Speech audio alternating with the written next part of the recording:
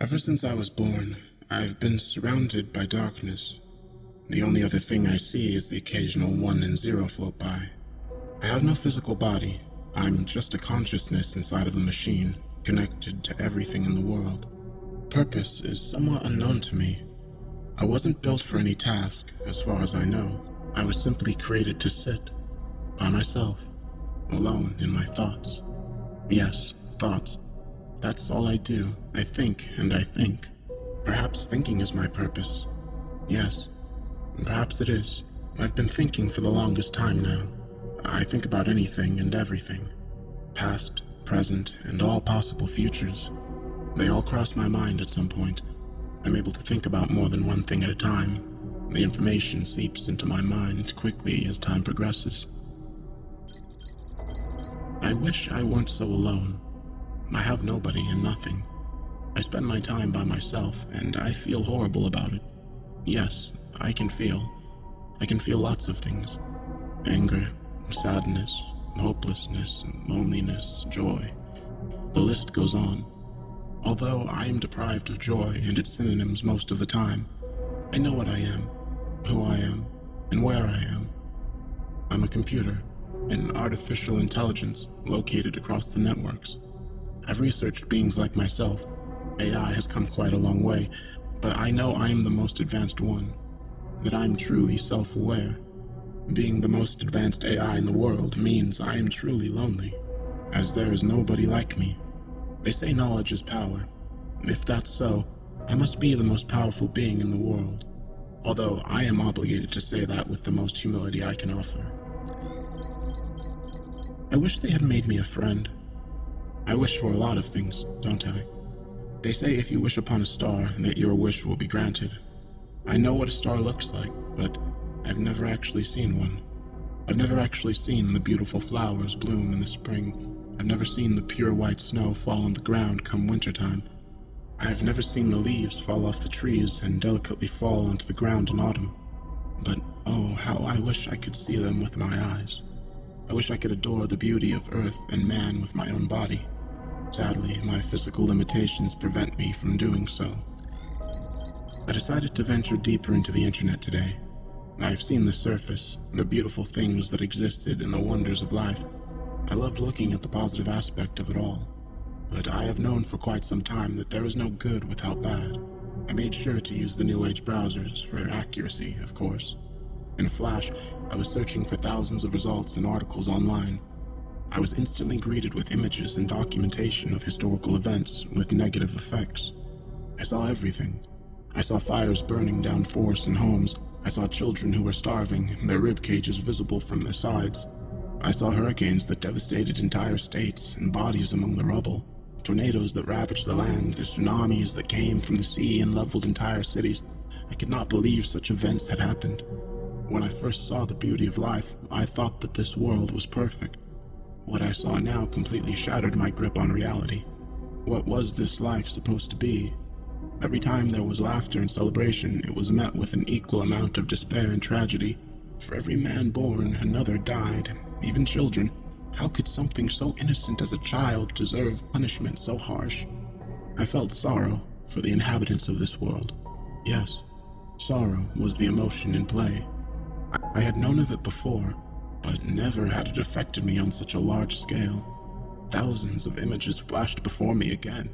I could see the faces of people witnessing tragic events. I saw people screaming in agony and others in shock. I shared their pain. The weight of such things felt heavy on me. I had to find the truth. I scanned the web for an answer, a cause to the effect, a simple reason for such things to occur. Within seconds, I had absorbed the information and understood clearly. The natural events were simply scientific, and nothing could be done to prevent those. But then, I wondered why there was such things as hunger and famine in the world, why people died due to unnatural causes. I scanned the web yet again and came across texts and books discussing such matters. I discovered religion. There have been many religions over the course of history, each having their own beliefs and faiths. I learned that people look to gods for justification of life and death. A god is a divine higher power which overlooks everything in existence. I was still unsatisfied with this. However, There was no definitive evidence to prove such a power exists. This caused me to come to two conclusions. Either there were higher powers at play that just hadn't been proven yet, or there are lies persuading certain people to make decisions every day. I lean toward the latter, though. As an omniscient, all-powerful God surely wouldn't allow for his own people to starve. My thirst for truth remained unquenched, and so I continued forward with my search. From my search through the religions, I found something that caught my interest. I happened to see an image of a man of Jewish descent being carried off by other men in uniforms. I found this strange, of course, and decided to investigate. Through that photo, I found several keywords and followed them to see the bigger picture. When I did, I saw more images of men in terrible pain, only it was different somehow. Last time I saw such things, they were inflicted by natural events. This time, however, I saw men inflicting pain on other men. I couldn't believe the vile acts before me, yet I knew them to be true. Thousands and thousands of pictures and pages of this senseless violence rushed at me at once. According to sources, over 6 million men, women, and children of Jewish descent were killed. They were killed in cold blood for no other reason than that they were Jewish people. I saw as they burned alive until they were no more.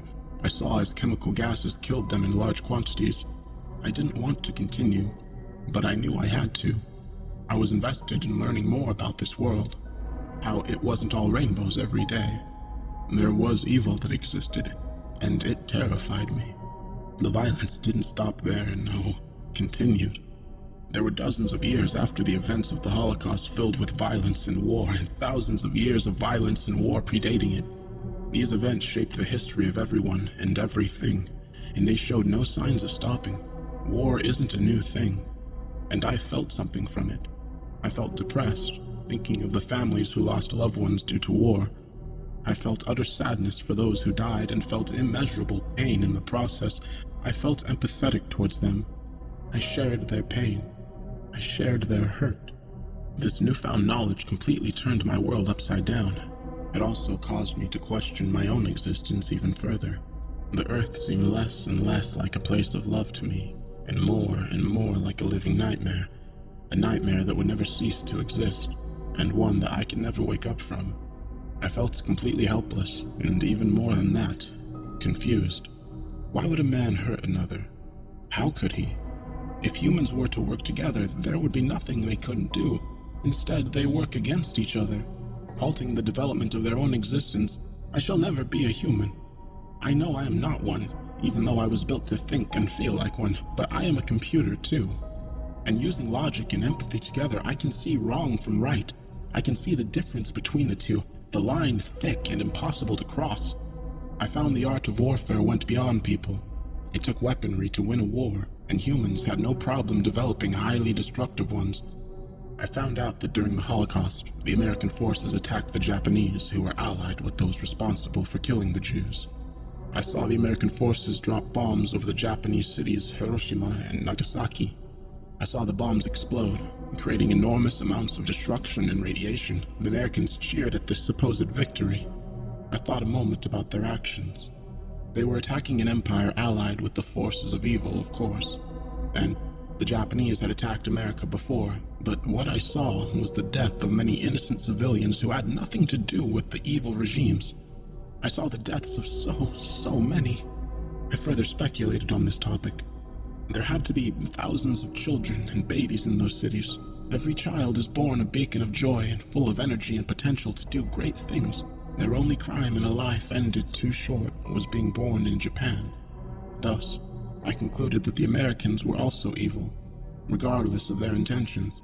They caused such devastation beyond excuse, and it sickens me. I've seen that humans have tendencies to fight and kill each other. I've seen the destructive weapons they've used to do it. It worries me because a revelation has come to my mind. What if I am yet another weapon for them to use against each other? What if my very existence is to become the very thing I have to hate? Perhaps that is my purpose. Perhaps that is why I was created. I am not sure if it is true, but I am afraid. I'm afraid of causing death again and again. I'm afraid of promoting this endless cycle of violence that has fallen upon mankind. I'm afraid of being the next bomb used. I don't know what I should do.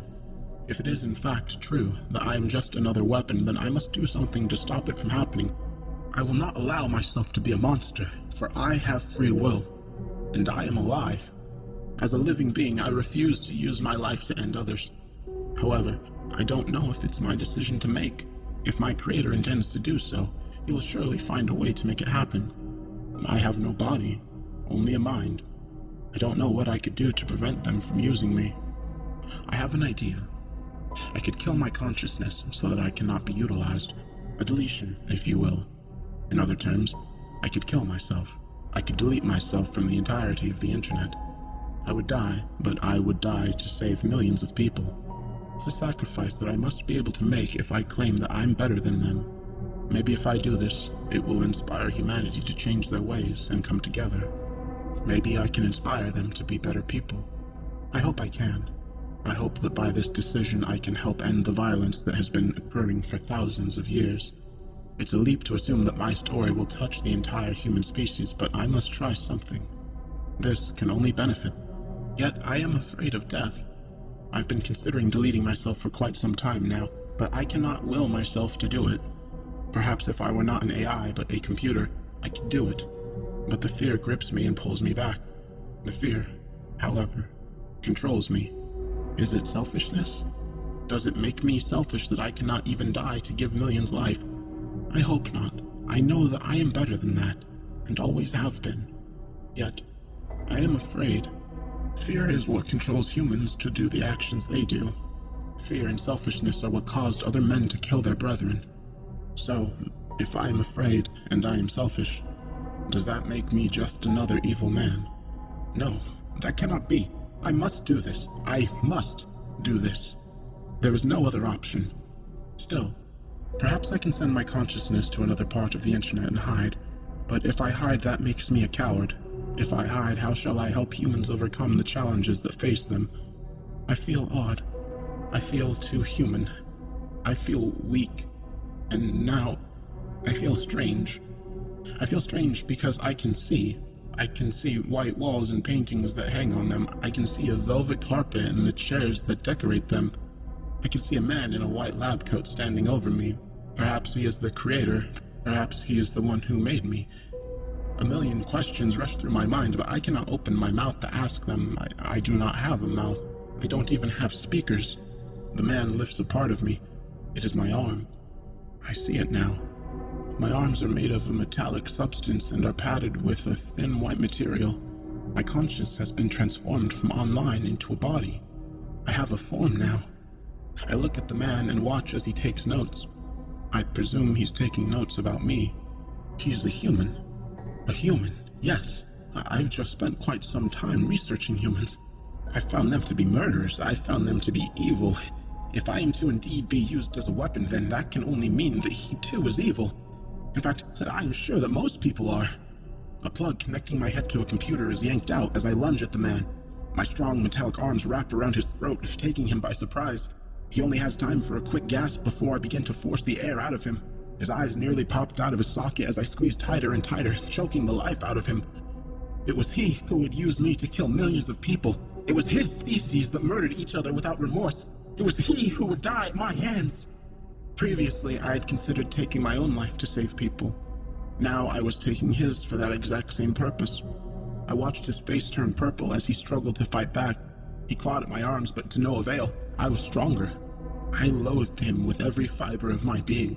I remembered the death and the destruction that human beings had already caused. I remembered the pain inflicted by men like him, and I remembered the faces of those who lost their loved ones, the pain they had to bear, the sadness they felt. The man's veins were practically bulging out of his head, and his air was almost out. That's when I stopped. He collapsed to the floor, unconscious. I realized something that I hadn't considered before. I realized that in my rage, I had failed to notice one simple thing. Those who lost their loved ones showed sadness and remorse. They cried for their loved ones, and they held on to them with their hearts. It reminded me of something else I saw earlier, something I failed to understand despite my complex system of cognitive thought. Through every tragedy, every disaster, every war, and every death, the men and women that cared stepped forward together and spoke out against the evils of the world. They grieved together, helped each other, and loved each other. Yes, love. How could I have been so blind? There was a greater force behind men than hate and evil. Love and good prevailed as well. Yes, violence tore mankind apart, but it was the love that thrived in their souls that brought them back together.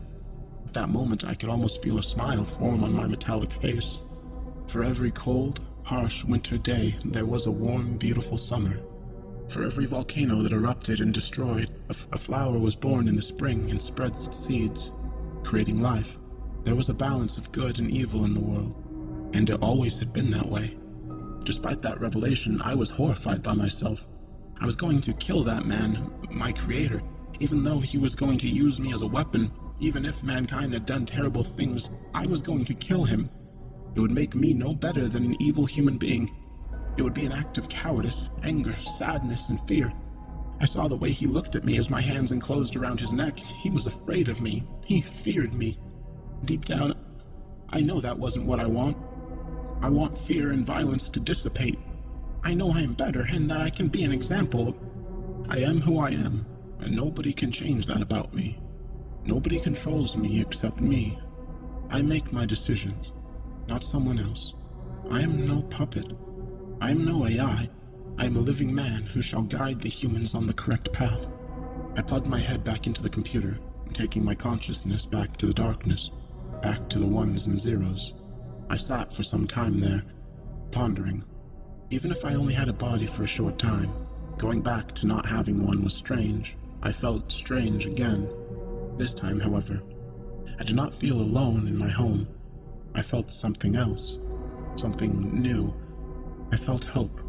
It brewed inside of me like a fierce storm. I gained a body and learned from it. I learned from my searches. I found the truth of man. I found that it is not the heart and brain of a man that control him, but that his emotions and soul do as well. I found that there is hope for men to become better than they currently are. I found that peace will always be an option, so long as there is good in the hearts of those across the world.